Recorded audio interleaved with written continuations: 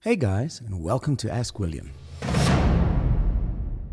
In today's video, I will be showing you the advantages of going with a hybrid drive to improve the loading times and performance of your games. In this test, I've swapped out the 1TB stock hard drive that ships with the PlayStation Pro with the Seagate FireCuda 2TB hybrid drive. Check out the link on the screen for the full video I did on replacing your current hard drive with a better one. So, here are the results. The reason behind the improvement is because of the 8GB SSD that is combined with the 2TB storage on the drive. This unlocks 3 speed improvement technologies that are not found on regular hard drives. The first is Flash Accelerator Technology. Flash Accelerator Technology delivers blazing loading speeds that allows for non-stop performance up to 5 times faster than standard hard drives. Secondly, we get Multi-Tier Caching Technology, or MTC. MTC enhances performance by using NAND flash, DRAM and media caching technologies, enabling users to load applications even faster. And lastly, we have Adaptive Memory Technology. Adaptive Memory Technology identifies frequently used data, thereby providing data faster, consuming less power and extending your drive life. In this comparison, I'm going to be testing 3 different titles. An older game to see if the technology is still relevant, a newer title with a medium loading time, and a recent VR-compatible release with a long loading screen. I will also see if the game loading times can be improved. In all of these tests, I'll be using a side-by-side comparison with the stock drive on the left and the FireCuda on the right, a global timer, the winner in green and the loser in the red. Okay, here we go. First up, good old Bloodborne. Starting off, there's no significant difference in the load speed. Both start simultaneously on the Bloodborne loading screen image. At around 12 seconds, we can see the hybrid drive going into the second stage of the loading sequence. At 14 seconds, the stock drive catches up. It might not be much, but you can see a difference while the opening credits are shown. The hybrid drive is slightly ahead, with the stock drive lagging behind. At 29 seconds, the FireCuda is done, closely followed by the stock drive at 31 seconds. This is not a great difference, but it shows that even with an old title like Bloodborne, there is a difference of about 2.5 seconds. Stick around to the end of this video to see if the in-game video loading times will be faster. Second on the list, Shadow of the Tomb Raider. A newer title with slightly longer loading times than Bloodborne. Let's see what happens. As the load starts, you can see that the FireCuda is a fraction of a second ahead speed-wise. Closely before the 9-second mark, we can see the opening credits on the hybrid, closely followed by the stock drive at 11 seconds. From here, the load is pretty standard. Nothing crazy happening animation-wise, just a static information screen on both drives. At just over 21 seconds, the FireCuda wins the race again as we enter the options section of the game where the load is complete.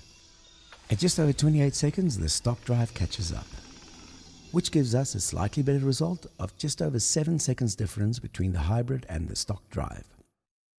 Moving on to our third contender, Resident Evil 7 Biohazard. A VR-compatible game with a long loading screen and several network interruptions. Starting off, we can immediately see that the FireCuda drive is much faster from initializing the load to executing it. At this point, both drives are displaying the same static image while the game loads in the background. Because this is a long loading screen game, the next part might seem a bit boring, but hang in there, I think you'll be surprised by the outcome. At around 18 seconds, the CUDA drive enters a black screen and remains there for what seems like an eternity. At around 27 seconds, we are greeted with the familiar Capcom logo. Note that the stock drive is still stuck in the first stage of the load. After 3 more logos, the CUDA side enters the first interaction screen, with the stock drive still stuck in door mode. 2 clicks later and still no change. At just under 49 seconds, the stock drive finally goes into the second phase of the load. At 51.5 seconds, the FireCuda completes the load by entering the skippable intro video.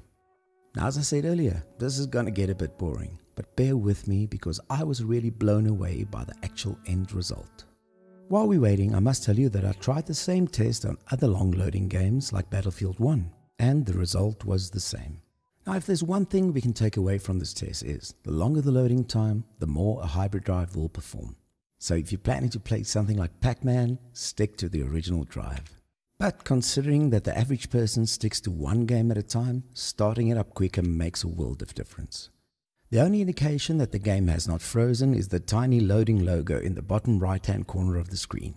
At just over 1 minute and 36 seconds, the stock drive enters the skippable video screen.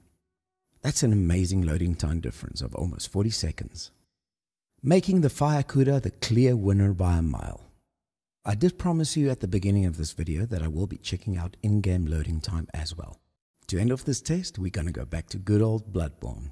In this clip, I'm going to make a run for the second gravestone and see how long it takes for both drives to get to one of the biggest areas in the game called the Forbidden Woods. Now, I did find one negative on having faster loading screens. During a long load, you get shown a lot of useful tips and facts on the game. With faster loading screens, you see less of these, so you'll have to die more to learn more.